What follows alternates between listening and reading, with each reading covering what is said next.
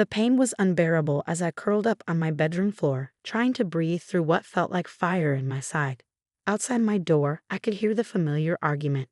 He needs to toughen up, Mom. How else will he survive in real competitions? Marcus, my older brother, the family's golden child and three-time state martial arts champion, was using his usual excuse. But honey, maybe you went too hard this time. Mom's voice was worried but placating, never strong enough to actually stop him. I wanted to scream that this wasn't practice. This was never practice. This was Marcus using me as his personal punching bag whenever he was frustrated about his own tournaments or when Dad pushed him too hard. At 16, Marcus was everything I wasn't at 14, strong, confident, and Dad's pride and joy. I was the soft one, more interested in science and computers than fighting. That made me the perfect target for Marcus's training sessions.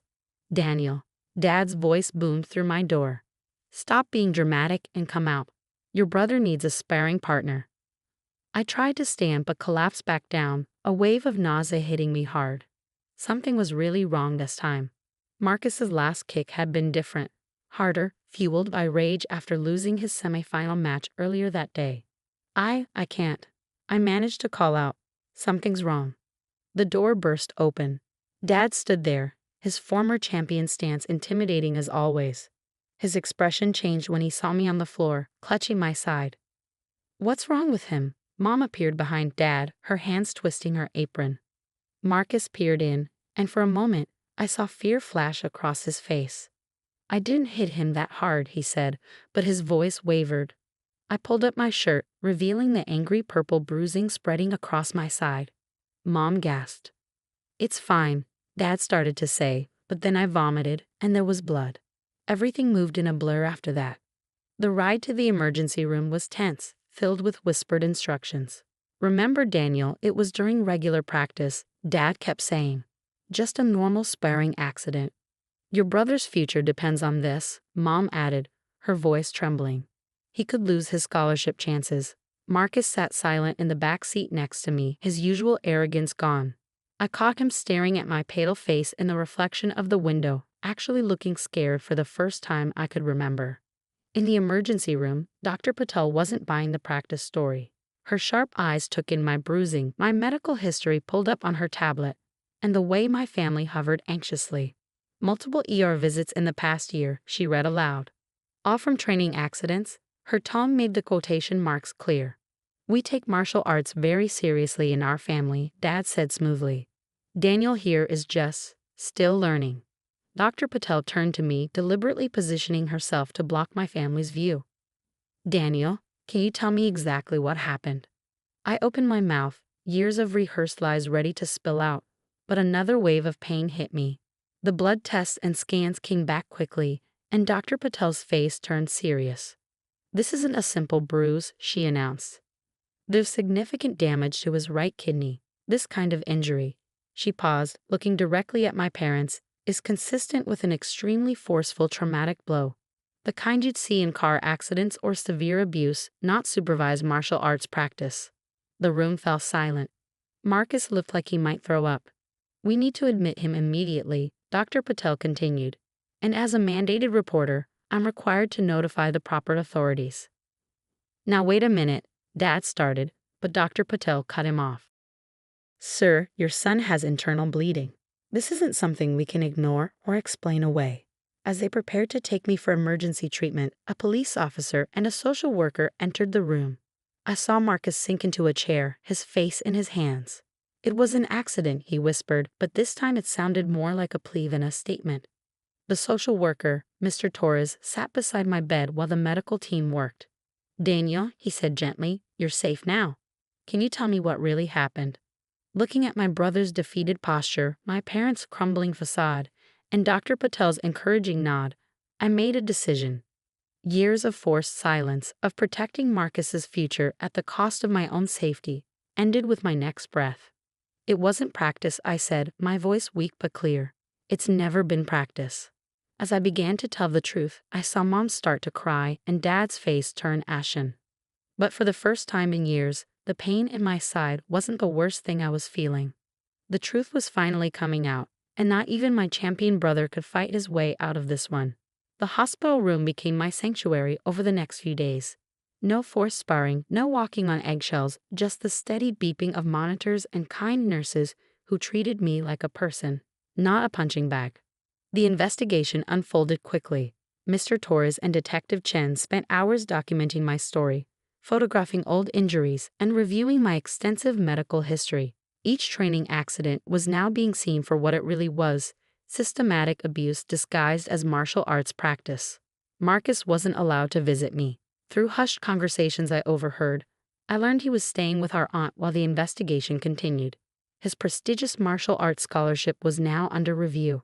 Mom visited daily, crying and apologizing. But her words rang hollow. I should have stopped it, she kept saying. I just didn't want to upset your father. Dad's reaction was different. He wasn't allowed in my room after he tried to convince me to change my story during his first visit. Think about your brother's future, he had demanded. Everything we've worked for.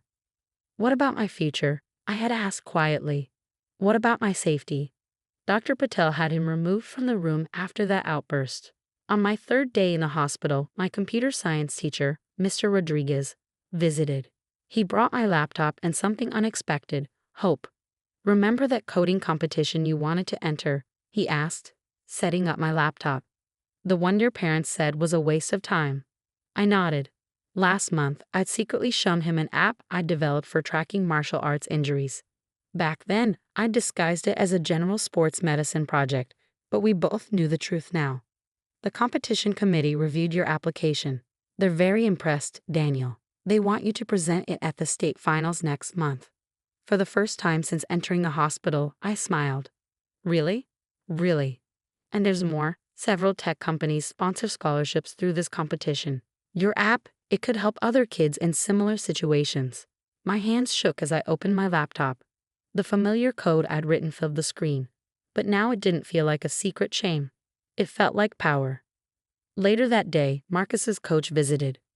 Coach Thompson had always been different from Dad, strict but fair, focused on discipline rather than dominance. I had no idea, he said, his voice heavy with regret. I should have seen the signs when you stopped coming to the dojo. Dad said I had to practice at home instead, I explained. To give Marcus better training opportunities. Coach Thompson's face darkened. That's not martial arts. That's abuse. Real martial arts is about respect, control, and protecting those who are weaker, not terrorizing them. He reached into his bag and pulled out a folder.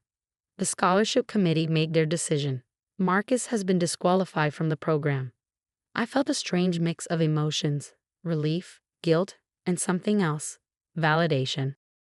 It's not your fault, Coach Thompson said, reading my expression. Marcus made his choices. Now he has to face the consequences. That evening, Mr. Torres brought news about my living arrangements. I would be staying with my mother's sister, Aunt Jenny, the same aunt hosting Marcus, but with strict supervision and separate schedules. Your aunt has a background in counseling, Mr. Torres explained.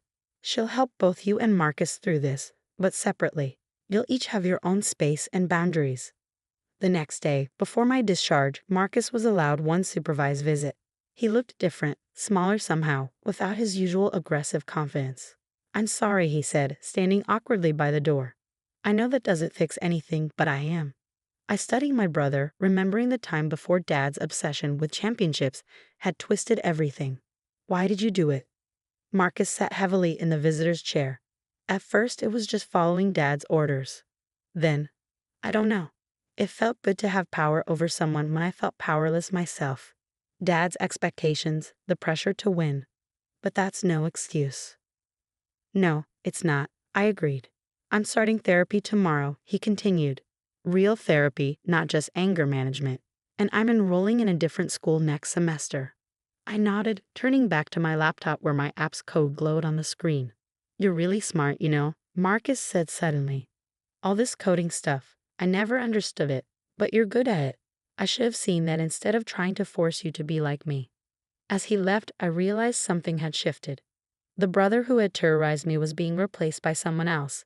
Someone broken, but possibly redeemable. Dr. Patel did one final check before my discharge.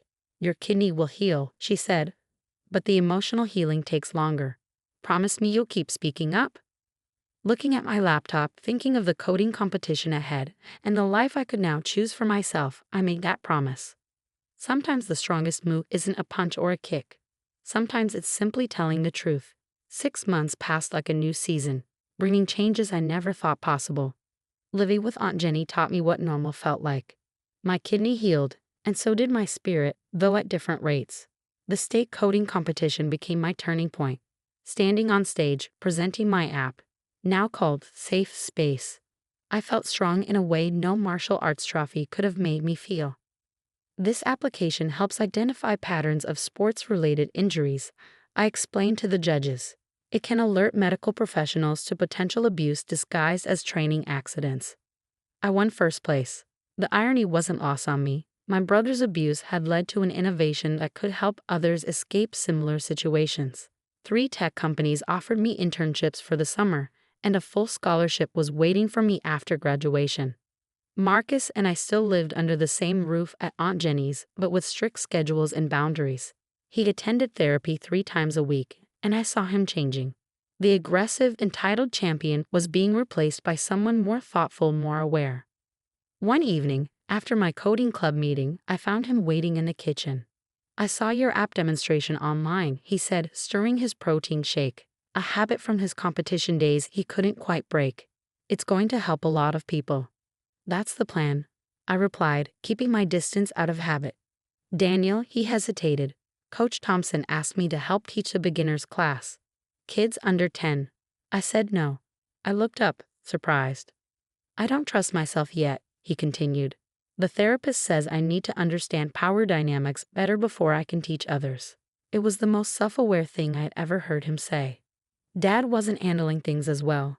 He was required to attend parenting classes and anger management sessions, but his main concern remained his tarnished reputation in the martial arts community. Mom had finally found her voice in therapy, and their arguments echoed through their empty house, or so Aunt Jenny told us. The court-mandated family therapy sessions were the hardest.